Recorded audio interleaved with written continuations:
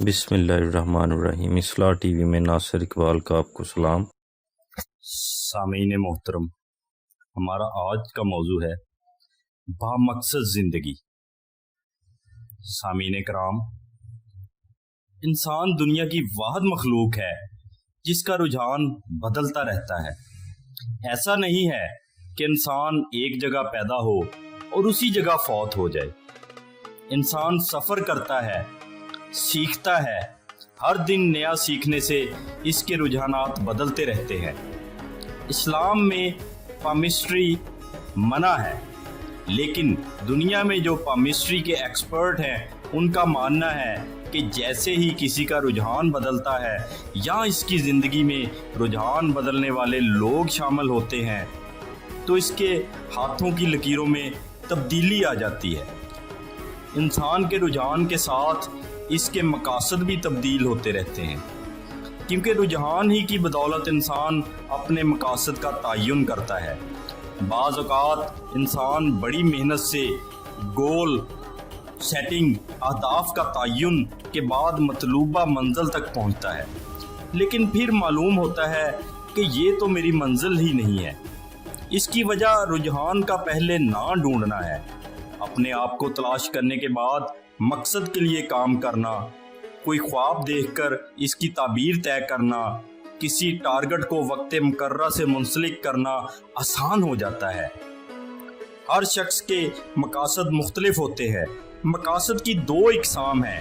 پہلی قسم کا تعلق وقت کے ساتھ ہے، اس میں قلیل مدت، درمیانی مدت اور طویل مدت کے مقاصد آتے ہیں۔ قلیل مدت کے مقاصد کا تعلق دنوں، ہفتوں اور مہینوں سے ہوتا ہے۔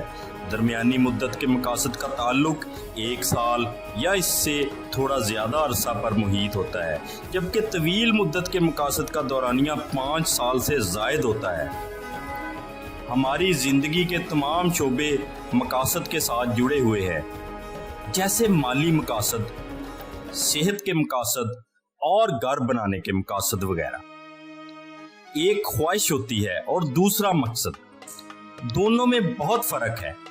خواہش کوئی بھی ہو سکتی ہے اور وہ پوری ہو بھی سکتی ہے اور نہیں بھی، لیکن جو مقصد ہوتا ہے وہ متعین ہوتا ہے۔ انسان ہر حال میں اس کو پورا کرنے کی کوشش کرتا ہے۔ مقصد کی سب سے خوبصورت بات یہ ہوتی ہے کہ ہر خواہش کے بعد بھی مقصد یاد رہتا ہے۔ دن کی شروعات بھی مقصد کے ساتھ ہوتی ہیں اور اختتام بھی۔ خواہشوں کی عمر لمبی نہیں ہوتی اور یہ وقت کے ساتھ بدلتی رہتی ہیں۔ وقت 1000 خواہشیں لے کر آتا ہے اور 1000 خواہشیں لے کر جاتا ہے، لیکن مقصد کو چھیننا بہت مشکل ہے۔ آج تک دنیا میں مقاصد کو سولی پر نہیں لٹکایا گیا۔ دنیا میں آج تک ایسی کوئی چیز نہیں بنی جو کسی کے خواب کو چرا سکے۔ کوئی شخص اگر مقصد بنانا چاہے تو جتنے مرضی برے حالات کیوں نہ ہوں وہ اپنے مقصد کو بنا سکتا ہے۔ مقاصد کے حوالے سے خواب کا بہت اہم کردار ہے۔ خواب انسان کو زندہ رکھتے ہیں، یہ ذہن کو منفی سوچوں کی طرف نہیں جانے دیتے۔ جو قومیں خواب دیکھتی ہیں وہ زندہ رہتی ہیں اور ان کی زندگی بھی لمبی ہوتی ہے۔ امریکہ میں ذہنی طور پر اپ سیٹ لوگوں پر تجربہ کیا گیا۔ انہیں چھوٹے چھوٹے ٹاسک دیے گئے۔ حیران کن طور پر صرف 1 ماہ میں ہی ان کے نفسیاتی مسائل کم ہو گئے۔ انہیں معلوم ہوا کہ مقصد میں اتنی طاقت ہوتی ہے کہ اگر کسی اب نارمل انسان کو مقصد دے دیا جائے تو وہ بھی نارمل زندگی کی طرف آ سکتا ہے۔ وہ لوگ بہت خوش نصیب ہوتے ہیں جنہیں مقصد حیات مل جاتا ہے۔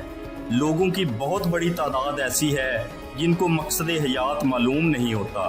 اگر بندے کی اپنے ساتھ شناسائی ہو، اپنی قوت ارادی، نفس، ضمیر اور ذہن کے بارے میں جانتا ہو، اپنے رجحانات کا علم ہو، اپنی صلاحیتوں اور کمزوریوں کے بارے میں بھی علم ہو، تو پھر اس کے لیے مقصد حیات کو تلاش کرنا آسان ہو جاتا ہے۔